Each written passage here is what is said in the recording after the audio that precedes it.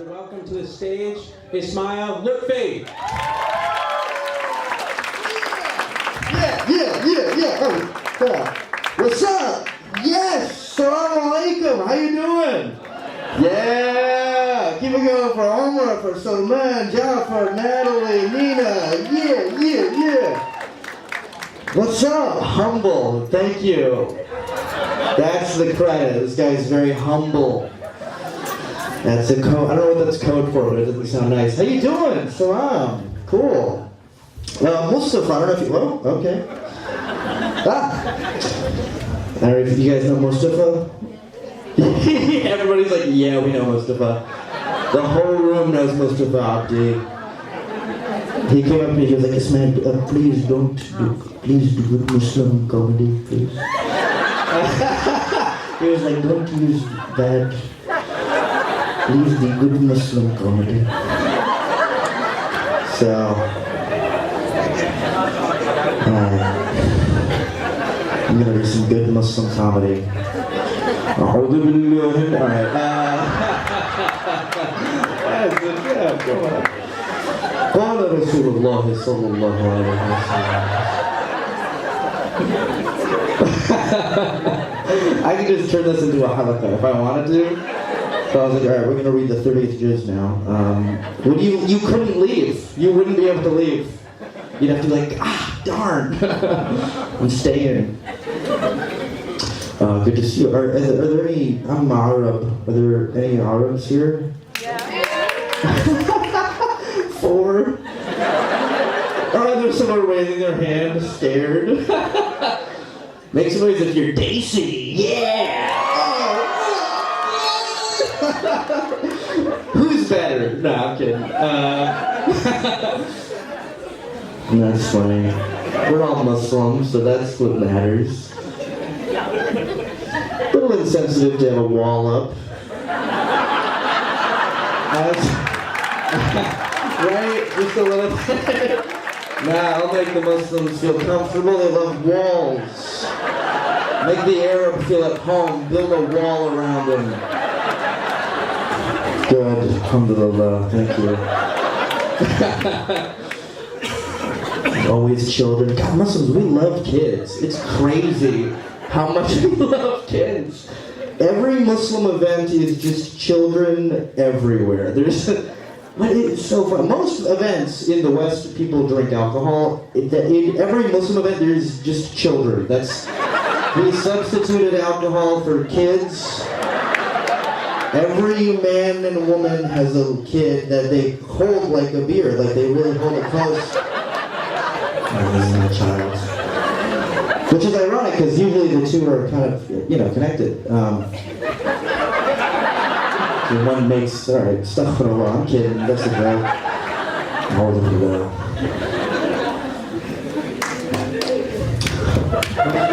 Thank you. I'm Muslim, everybody, have you guys noticed that everybody hates us? Wait a second, this is Edison. I live in New York, so I have only heard myth of Edison, New Jersey. Everybody talks about it like it is India. That's what everybody. It is Pakistan. It is. It is. What? There's too many Daisies. All right. Whose parents of this child? Can you spank him? I don't know what to.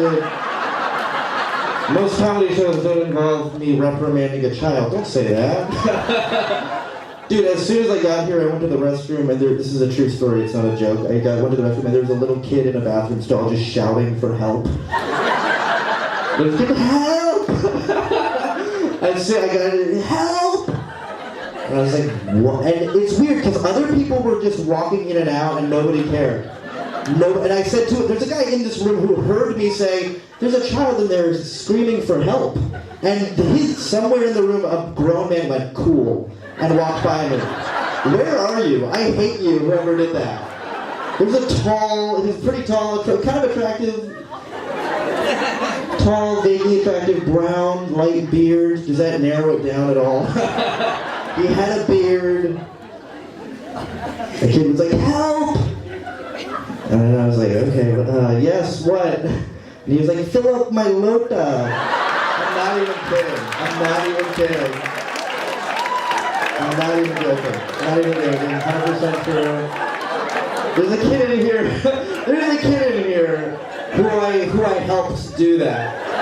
Because I stood there like, what's going on? What's going on in Edison, New Jersey?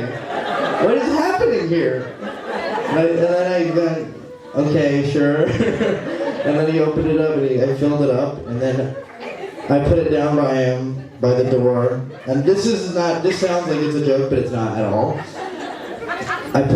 He opened the door crack, looked at it and went, fill it all the way. I'm not even kidding. Wallahi al-azim. Wallahi al-azim. Allah is the witness, Allah is my witness. He 100% said that. He said, what? Was it you? Oh, I hate you, dude! Why didn't you help? You thought it was my brother? Why would I be telling you? Why would I be like, there's a kid in there calling for help? If he was my brother. God, that's profiling, bro. You saw me, you were like, yeah, he's probably got a brother. That's okay. God, and then I did. I filled it all the way. I filled it till it was like dangerous. Water everywhere. Dude, Daisies, you guys are good. This is advanced. Usually, Daisies, I've heard about the aunties. I've heard stories of the aunties setting people up, getting shadi, getting married, marrying people off. I've heard that. Edison, you guys are advanced. You just start. You start off with a 7-year-old. That's what you do. You're like, just have a child. So, all right, that's funny. Well, the bits aren't going to be as funny as all that. So, wow. All right, silence. Hard, cold silence. All right. Into the material. Everybody hates us. Right? People don't like Muslims. Can you agree? Yeah, people are not hanging out. India, they don't like us very much. China, they don't like us very much. That's everybody. That is most people. That is 30 billion human beings. There's everybody on Earth. And you want to know why? I think people don't like us because first of all, they only see us on TV being scary, right? But then second, people are afraid to talk to us. That's the problem. White people are scared to talk to Muslims. They're very afraid of talking to us because it's twofold. There's conservatives they're scared that we're in ISIS, you know what I mean? And then liberals are scared that we're gonna get offended. Liberals are. One of my best friends is a guy named Joe, and he was really working up. He was just like, oh, Ismael, I have to ask you something. I don't know if this is gonna be okay, but what?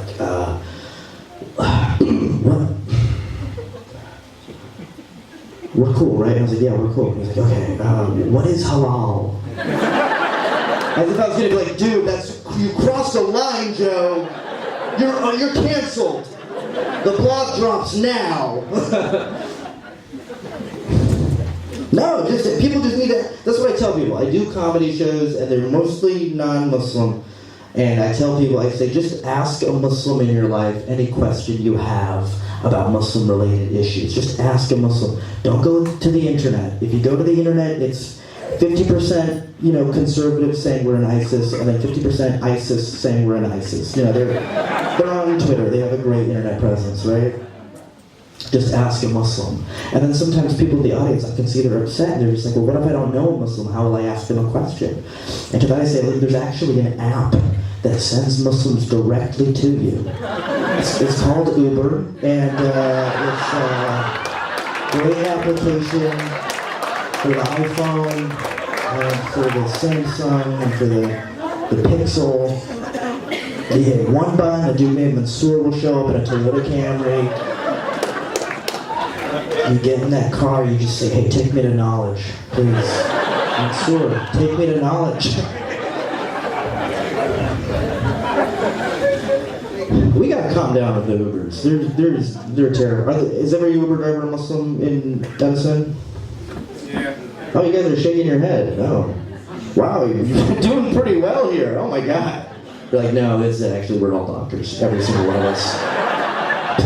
Uber, ugh. Get away. We don't like you anymore. Clap if you're a doctor, actually. I'm interested. Oh, BS. Come on. You know, lying is haram. You guys know that? Haram alayk. Astaghfirullah. You're pointing at, there's one doctor in the room? That's not possible. Alright, okay, I'll buy it. You all just sit and stare. That is your job. That's what she's doing. What's up, bro? So, is the kid here? I don't want to shoot him. We gotta calm down with our Ubers. Here's what happens to me every time I call an Uber in New York City. Or anywhere in the country other than Edison, weirdly. I hit the button and it says, Khalid 5 stars is on his way. And I go, oh, okay. Let's just be patient, let's do this. And Khalid shows up super fast. And immediately Khalid shows up in the black Toyota Camry. And I get in the back of the car. And I pop open the bottle of water. I'm like, let's do it. And he looks in the mirror, he sees me, and he looks down at the phone, and he goes, Ismael? And he says my name like super Arab, and I was like, Ismael! Ismael! He hits that line! Ismael! Just to make sure that I'm Arab, just to make sure that I'm not like, no, actually, Ismael, I'm from Guatemala, like, just to make sure that I'm Arab, real. He goes, Ismael? And I go, yes, Assalamu alaikum, Khalid, Ismael. He goes, oh, alaikum assalam. Yeah, we all get excited when we meet each other, right? And that's fine. Now, here's the thing with Ubers. Every Uber you take, there's small talk is on the table, almost without 100%. If you're in somebody's car and you're paying to be in their car, small talk is going to happen unless you like intentionally avoid it. Unless you're like, no, I don't want to talk. Otherwise, you're going to talk to the driver, which is fine. I'm okay with small talk. The problem is Muslim small talk gets dark fast. That is a heavy conversation. It's 0 to genocide in 30 seconds. It is very intense. Don't act like you don't know what I'm talking about. This whole building is covered in stuff. Water crisis, unified, everything is dark. It's pretty dark. Because I get in the back of the car, he goes, Ismael. I go, hey, assalamu alaikum, Khalid. Oh, alaikum assalam. And then inevitably he goes, where are you from? And I go, Syria.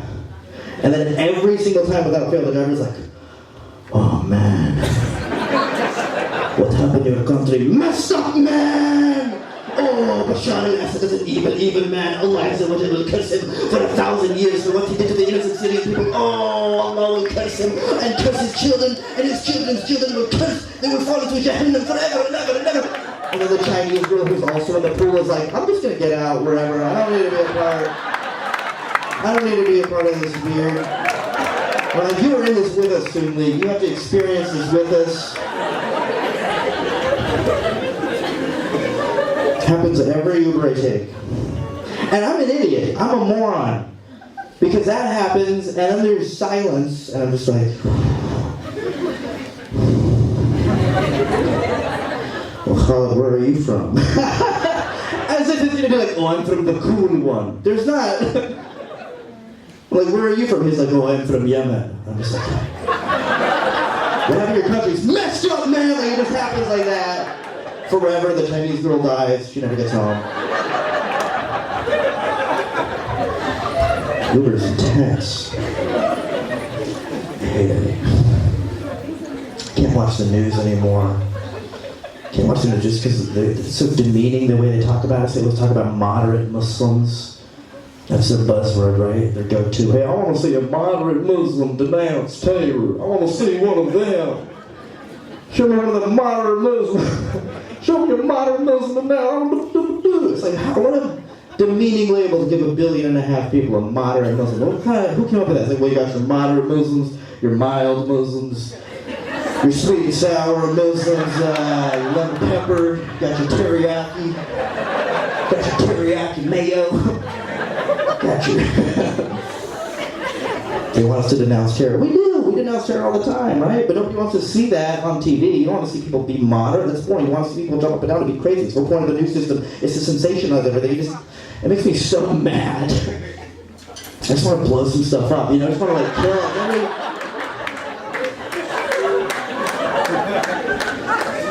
To the FBI informant in the room, that's a joke. That's a joke. Talk about it, you're an FBI informant. Where you at? Where you at? Yeah. Dude, you kind of look like one. Dude, what are you talking, bro? What are you a Caucasian man? Yeah, don't act like you don't know what I'm talking about. You're the whitest guy in the building. You're like, me? I look like a white man. You look like Mr. Clean, dude. You look like so. You look. That's mean. In a good way. You're not white. You're not. Oh, dude, don't try to do my bit at me, bro. You didn't even get the ayn. The 4 Arabs in the room like, you didn't get the ayn. Here we go. Yeah, this is some Pakistani pronunciation. He probably says Ramzan. Ramzan? Where'd you get the Z? There's no Z. Ramzan?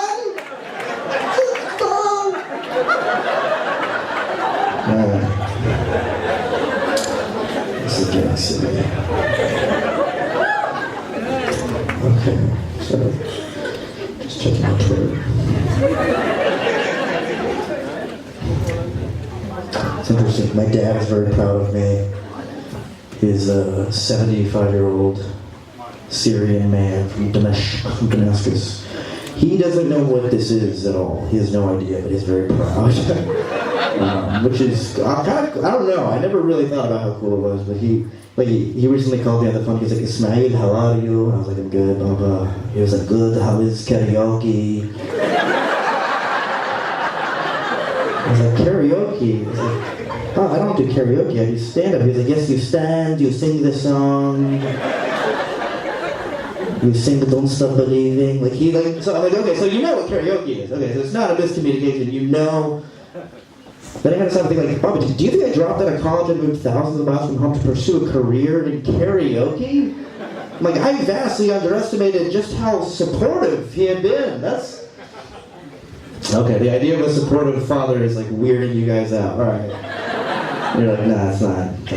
That's forbidden. That actually is not in the rule book. All right. It's so interesting that nobody knows anything about us. Nobody knows anything about Arabs. Nobody knows that we're very wet. Muslims, I think we might be the most wet, just in water everywhere. There's not a single Muslim bathroom in the world that isn't coated in water. Just doused in every... I never knew that bathrooms didn't have the caution wet sign until I was like 15 and I went into my white friend's bathroom and I was like, oh wow, there's not a slipping hazard here. That's crazy. It's so funny to me that white people don't know this about Arabs. White people don't know that every Arab hits the age of 40 and becomes a poet. I don't think this applies to Daisies. Does this apply to Daisies? Maybe not. Every single Arab man 40 and up is a Shakespearean-style soliloquist without fail. Like, if you ever just talk to an Arab dude, you know, if you ever just talking to a guy and you ask him how his day is and he's like Arab, he'll be like, oh, the wind beneath my feet is the moon upon my eye. Oh, Allah's will has blessed me with the moon. It's always about the moon. The moon is a spoon. That's every Arab man. Like, when I was a kid, I used to envy white kids because, like, if a white kid was, like, going to the store to, like, just go to the store and his dad caught him, his dad could be like, hey, son, get her home, get us some milk. And his son would be like, okay. If I was ever going to the store and we needed milk and my dad caught me and he had to tell me, he would be like, Ismael, please buy from our home the nourishing white water from the beautiful grazing beast upon the grass. Buy for us, please, Ismael, the incredible cream from the Momo machine. And I just feel like I'm in love with you. Like, why did you do that? Like, I can't go because you did. It's so funny. Trump got impeached. You know, it's so funny. I forget. So Matt was like, I don't want to talk about Modi. It's like, I think we're all on the same page. I think, is anybody here like, no, I'm BJP. Nah, I support BJP. How do you guys feel about him getting impeached? You're on board? Yeah. What is? I don't know what that does. Does that do anything? Removes him out of power? That's not true. Somebody's about to be very sad. What? He does have to go. That's true. Okay, very good. You've redeemed yourself for the other comment. Earlier he said there are too many days he's in Edison. Hello, how you doing? A very small boy just came up to the stage. This is my favorite thing about Muslim shows versus non-Muslim shows. Non-Muslim shows you'll have hecklers like, you suck! Muslim shows, a 3-year-old will just walk up to you and just stare at you. Which is the worst heckle, because you're just looking at him like the purity, like it's so intense. You're like, this is life. What am I doing? I should get you a Lota. Like, what am I doing here? This is not...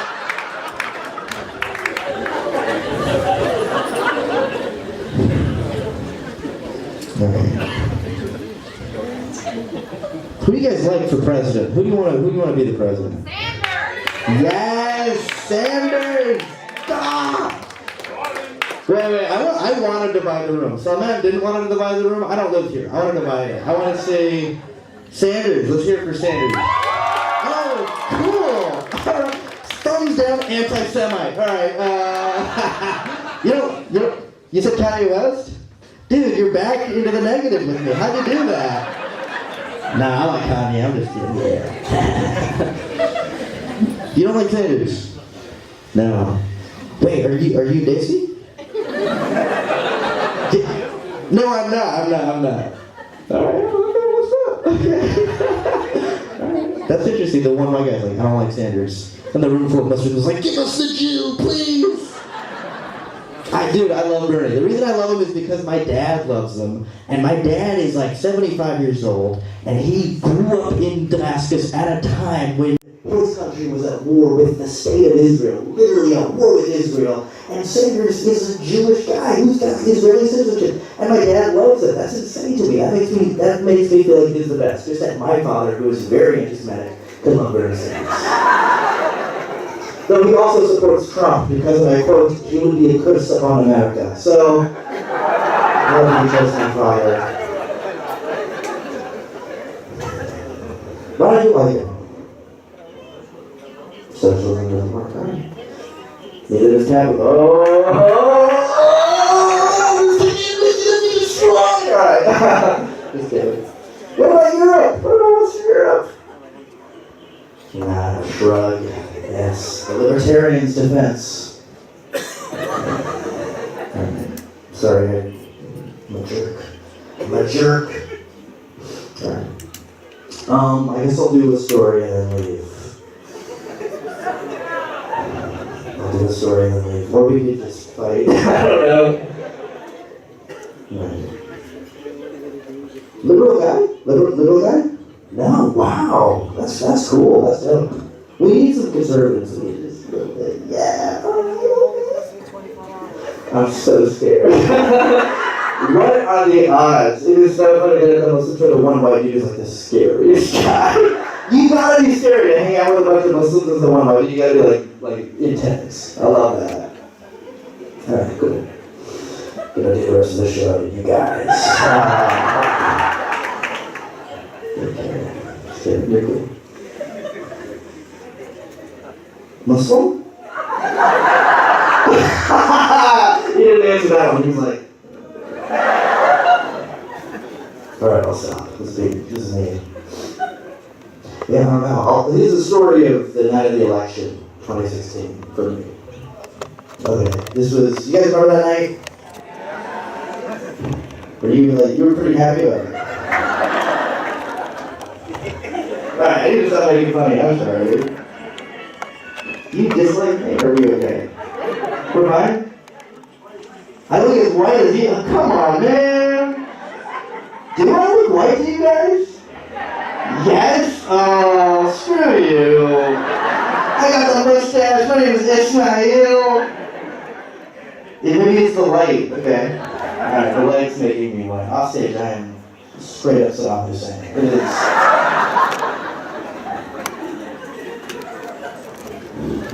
I don't love you, boy. Okay, so the night of the election, I'm from the South. I'm from Florida originally. I know, it's bad. And I've been back to Syria. Florida's bad. So the night of the election, I was on a road trip from Tennessee to Florida. I had done a show that the night of the election, before the results came in, and then I was on a journey back to Florida, right?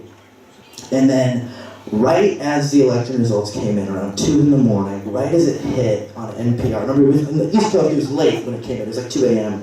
when it was official that Trump won. You know, Kai Rizdal came on NPR, he was crying, he was like, Trump is our new president. And my car died. As soon as the results came in, 2 in the morning, my car, my little Toyota Camry, just dead on the side of the highway in the middle of rural Georgia. And I was like, oh my God, I was freaked out. I got out of the car, I popped the hood for some reason. I don't know what I'm doing. I just looked at it like, it is a car still, yes. It is still a car, okay. So I had to get it towed, right? I had to get it towed like 7 hours away back to my home. So I called the tow truck company, Triple K, and I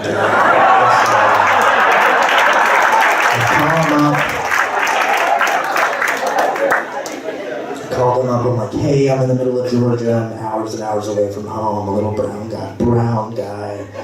I was like, my car's dead, I need to be towed back to my hometown. And the Triple K guys, they were happy. They were in a good mood. They were like, hey, don't you worry, dude, don't you worry. We're going to send Heath. Heath is going to get you. And I'm like, all right, that's the scariest way you could have said that. That was absolutely terrifying way to say that you're going to come pick me up. You could have said, you're going to come pick me up. So Heath shows up in a truck, and he's a big old, classic Southerner, Georgia boy, good old boy. He's got a camo jacket, and a camo hat, and a big beard full of like bramble and leaves and dip and tobacco and a cigarette. And he's like, hey, how you doing? And I was like, all right, what's up? And he puts my car on the back of his truck, and we're driving. So we start driving home. It's like 2 in the morning. It's a 7-hour journey, 6-7 hour journey, right after Trump won, in the middle of the deep South, going back, just going down to Florida. And the first hour was awkward. The first hour of the journey was pretty darn awkward. Just me and Heath sitting there, just, hey, how you doing? Yeah, okay. Yeah, hey son, exactly. He was like, how you doing, son? I'm like, yeah, okay, just quiet. And then he started opening up to me. He was like, so, where are you from? And I was like, Florida. And he was like, oh, okay, yeah, sure, okay, yeah.